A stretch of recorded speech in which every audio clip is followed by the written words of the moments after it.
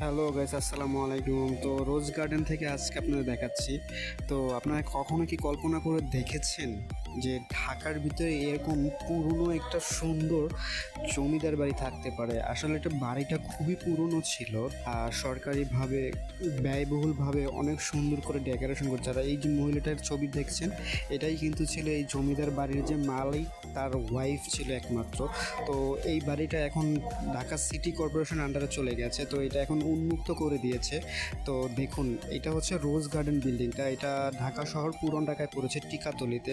তো যে কেউকে বললেই এটা দেখাই দিবে। তো দেখুন চারপাশটা কত সুন্দর, এবং ভিতরে আসলে একদম অন্যরকম লেভেলের জমিদার বাড়ি ছিল। এত সুন্দর স্ট্রাকচার, এত সুন্দর। পরে যখন এটা শেষ শেষ করে যখন এই যে পুরান ঢাকা হাজি বিরিয়ানি খেতে আসলাম, তো আমি দিলাম 9-এর ভিতরে 10। আপনারা নাম্বার কত দেবেন কমেন্টে জানান। ওইটা শেষ করে যখন ঢাকায়